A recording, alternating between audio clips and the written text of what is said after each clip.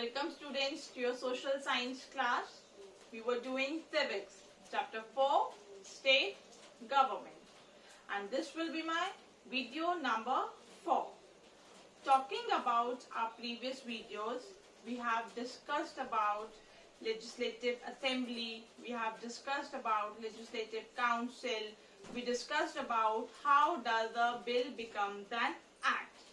Now today we are going to start state functionaries.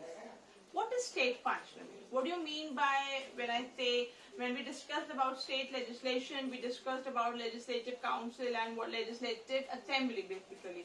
Now what do I mean when I talk about state functionaries? Anyone?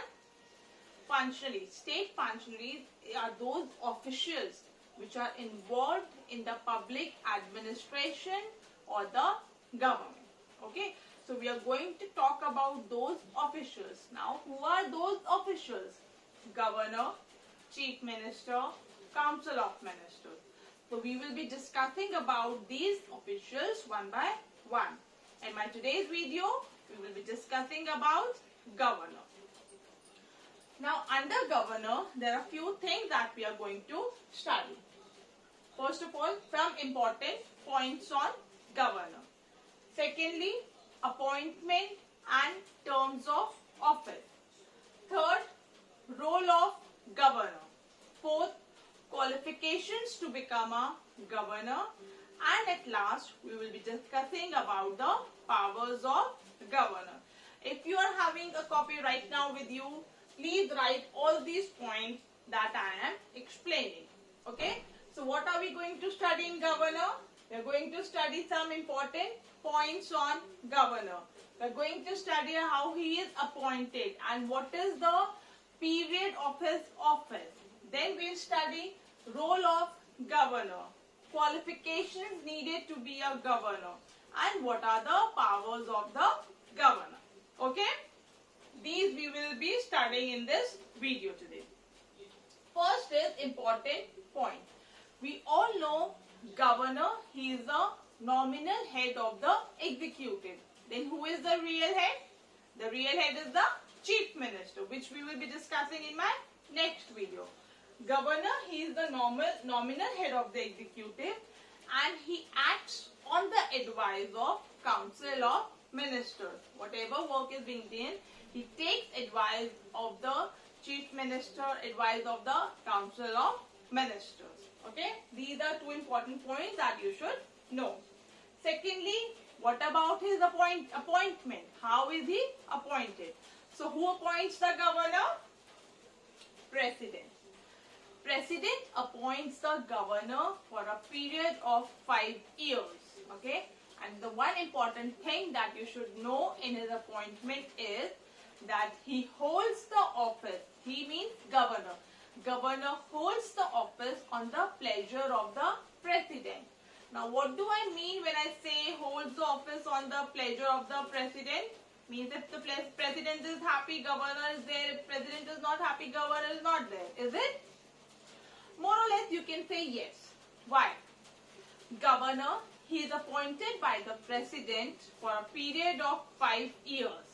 But if the president feels that the governor is not doing his work in a proper way, he can be removed from his position before 5 years. And if the president is happy with the performance of the government, the time period can be extended. Clear? Understood this pleasure of president? This is one of the most important points when we talk about his appointment. That if the governor, if the president, he is happy with the performance of the government, his time period can be extended. If he is not, he can be removed from his position. This is about his appointment and terms of office. Now comes role of the governor. What is the role of the governor? So the biggest role of the governor is that he acts as the link between the center and the state. What do I mean when I say he acts as a link? It means that he sends all the reports of the state to the president. In governor, one thing that we have forgotten, that is that The role of governor is just like the role of the president.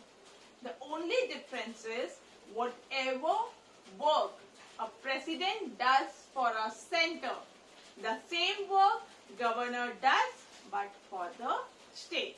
So when we ask about what are the powers or what are the functions of governor, we should always start our answer in this way, that the functions or the powers of the governor are same like the president. The only difference is president works for the country, governor works for the state. Hope it is clear? Okay. Now, what are the qualifications required to be the governor? There are some criteria that you need to fill, right? We have discussed in others also. Now, what are the qualifications for the governor? First and the foremost, citizen of India. Secondly, he should have completed 35 years of age. Okay. Third, he cannot be a member of parliament or state legislature. Governor, he cannot be a member of the parliament or the state legislature. And then at last, he should not hold any salaried government post. These are the few points, these are some of the qualifications that is required to be the governor. Hope you all have understood till here, because after this we will be discussing about powers of governor. What did we study in this? We started with some important points in which we discussed governor is the nominal head. Then who is the real head? Chief Minister. Then we discussed how is he appointed and what is his time period, what is his role, and what are the qualifications needed to be the governor. Now we will be discussing about the powers of governor.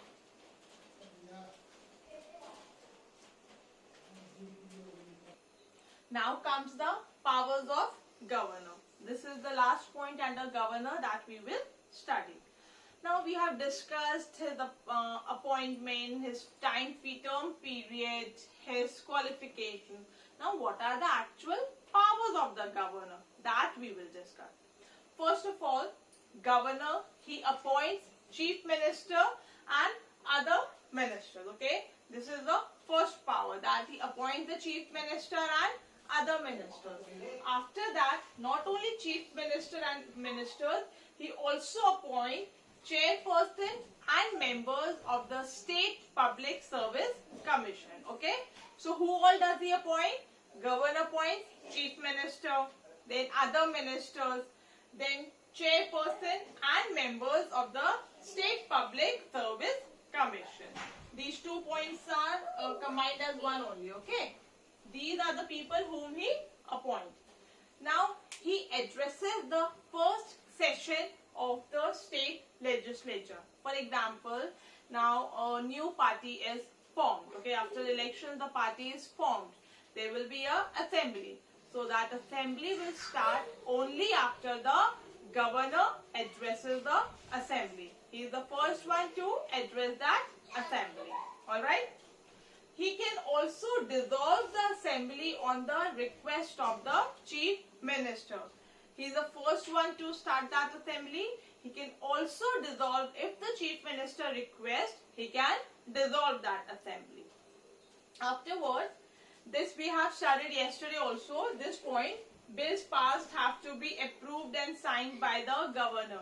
Yesterday when I was explaining you how does a bill become an act, I told you any bill will become an act only if it is signed by the governor. So whatever bills have been passed in the assembly, they have to be signed by the governor. Clear? Next one is ordinance. Now what are ordinance? Ordinance, see, if the legislative assembly, it is not operational, if the state legislature, it is not operational, then the governor have the power to issue orders. Those orders are called ordinance. Okay? If the state legislature, it is not operational, governor has the power to issue the orders. Those orders are known as ordinance. Okay? Next one is I told you here when I was discussing this point, I told you all the bills, they have to be signed by the governor, right? Now, there are some bills like money bill.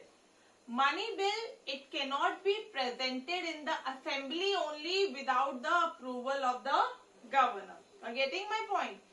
Firstly, I told you all the bills have to be signed by the governor. How will it reach the governor? It will be presented in the assembly. It will be discussed among the members. If any changes have to be made, those changes will be made, and then it will be sent to the governor to sign. But some bills, like money bill, it cannot be introduced only in the assembly until and unless approval from the governor is taken. Clear? Next is, he can take some decisions without consulting Council of Ministers. For example, if any party who has formed a government in a particular state, if the party loses its majority, the government has the power to recommend for the president rule in that state. Okay? And if the president rule applies on the state, the power will come in the hands of governor and he will be working under the guidance of the president. Is it clear? We have understood all the powers of governor. I hope you all are writing also side by side all these powers. First one, appoints chief minister and other ministers. Secondly, appoints chairperson and members of the State Public Service Commission. Third, he addresses the first session of the state legislature. Fourth, can dissolve the assembly on the request of the chief minister. Then, bills passed have to be approved and signed by the governor. Next point is ordinance, which I have told you what are ordinance. Then, prior approval of governor is required to issue money bill in the assembly. Then this point also I have explained you, can take some decisions without consulting Council of Ministers. So with this, our governor topic is over. I will be giving you a small assignment that you will be doing it in your social science copy. And in my next video, we will be discussing about Chief Minister and other Council of Ministers.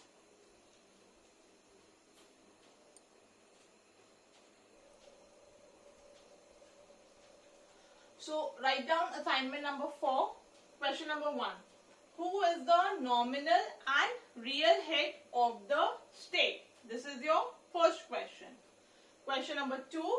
What are the qualifications needed to be a governor? Okay. And question number 3. Write any 3 powers of governor.